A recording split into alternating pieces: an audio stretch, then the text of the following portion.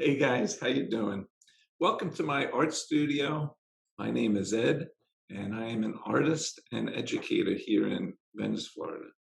Today we're going to have the second video in our series of videos that are aimed at not only increasing your drawing skills, but also deepening your awareness of what it means to be a great artist. Now, in my first video, I made the point that we can all learn to draw. In fact, learning to draw is not reserved for just a select few that have a certain talent. No, in fact, learning to draw is very similar to learning to read.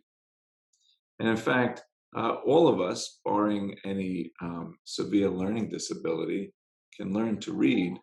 Well, we can all learn to draw as well. And I also made the point that learning to draw, learning to be an artist, is really just learning how to see. In fact, we quoted Maria Montessori, who said that to confer the gift of drawing, we need eyes that see, hands that obey, and a soul that feels. So today in this video, we're going to examine what exactly does that mean to have eyes that see? How exactly does an artist look at the world? And more specifically, how does learning that really help us in our drawing skills? Guys, you're not going to want to miss it.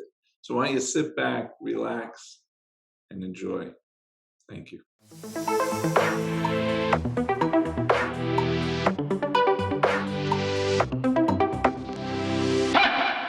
Hey guys. All right, so today, like I said, we're going to start looking at this idea of what it means to see with the eyes of an artist.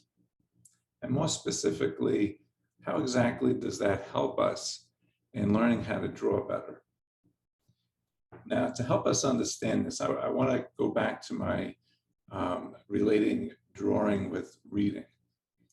And you can imagine if we just placed a book in front of somebody who didn't know how to read, we said, okay, practice reading, please. They would probably just stare at those pages, not really comprehending what they're seeing, right? They would see the words, they wouldn't really be able to comprehend what it means, right? So what we would do is start teaching them about the components that go into reading, or the components of a story or a word, such as, you know, the vowels or the consonants and the punctuation. What do these letters sound like? And the more we taught them about those elements of reading, they would start to comprehend what exactly it is that they're looking at, right? Same thing in drawing. So before we have somebody just practice drawing, right? Okay, you know, just go draw, just go practice. It's not that people can't do that, but it could be a little frustrating, it could be a little difficult until we really understand what are the components of the drawing, what specifically am I looking at? And when we talk about art, we're talking about the elements of art, right? Just like certain ingredients go into creating a cake, there's certain ingredients that go into creating a work of art. Those elements are, there's specifically 7 of them in art, the 7 elements of art: line, shape, color, value, texture, space. All these things go into creating a work of art. You know, sometimes we use one of them, sometimes we use a bunch of them. But you can't have a work of art without having at least one of those ingredients. Is that the only thing an artist sees? No, there's so much more. We can talk about the principles of art. We can talk about things such as movement and rhythm and pattern. We can talk about ideas such as composition or arabesques and ellipses, right? There's so much that an artist will start to see the more that they learn. And it's really seeing in this way that helps an artist to appreciate the beauty before us in the world.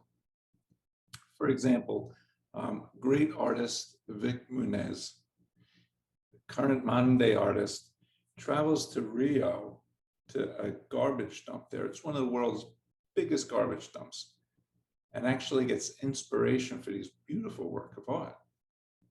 So a non-artist could go there and see the garbage. They see ugliness. They see dirt. That's all they could see. Vic Muniz is able to see beyond that. Is able to see the colors and the textures, the shapes and the lines. Beyond that, he sees the people that work there. There are people that like literally live there trying to get scraps of metal and such that they can sell to survive. And he's able to combine the beauty of these people with the environment in which they live, and is able to create these really remarkable works of art, because he's able to process and comprehend the deeper meanings and deeper elements in the world. And so that's one of the great things about being an artist, because the artist can see beauty where other people do not see it. So what I'd like to do now is just give you a real hands-on demonstration of what it means to create a drawing, a simple drawing, through the eyes of an artist, what the artist is looking at, lines and shapes and such, and a non-artist. How does a non-artist look at the same object and attempt to draw it? Now you'll see a non-artist pretty much draws what they know rather than what they see. And I'll show that as an example. So I'm going to put up another screen here on the side next to me so that you can really see what I'm drawing. Okay, guys, so we have my drawing paper set up here. You guys can see how I'm drawing. We're going to draw just a real simple object. This is my coffee cup, pretty simple. And I'll place it here so you can kind of view it from this angle and then see what I'm drawing here. So like I said, I'm going to draw two different drawings. One, the first will be how a non-artist will look at this object and attempt to draw it. And the next will be how an artist would go about doing it. So the non-artist, like I said, is going to be tempted to draw what they know rather than what they see. Okay, so a non-artist is going to look at this and say, okay, well, I know this coffee mug has two straight sides. I know the top is a circle and the bottom is a circle. So there's a circle on the top and a circle on the bottom. Okay, there's my coffee mug. Looks like crap, right? Doesn't look good. Drawing what we know would be fine if we weren't taking this three-dimensional world and smashing it flat on a two-dimensional piece of paper, okay? So because we're doing that, we can't get away with drawing what we know it to be. We have to draw what it appears to be. And the way we do that is by really looking carefully and closely at the shapes and lines on this coffee mug. So as you look at the coffee mug, we can see, yes, we have what would appear to be two parallel lines here, right? But when we look at the top, we can see, in fact, if we look closely, it's not a circle, it's a bit more oval, isn't it? Okay, in the bottom, we can't see through to the other side. So this is a bit more of an oval as well. Okay, so I know this is a rather simple illustration, but we all struggle with this to a certain extent. So the brand new artist is going to draw similar to this, right? Maybe they won't make it see-through, but it will be a bit more like this, right? But even if you've been drawing for a while, your drawings, we're tempted to rely on what we know rather than what we see. And it's something that we really have to work at. It's something we have to practice. Just like the athlete playing sports, his strength and conditioning is going to be something that he focuses on and works at his entire career. He doesn't say, all right, well, I'm strong enough. I don't have to do that anymore, right? So continually being able to really look at the elements of art and getting our hands to obey that is an exercise.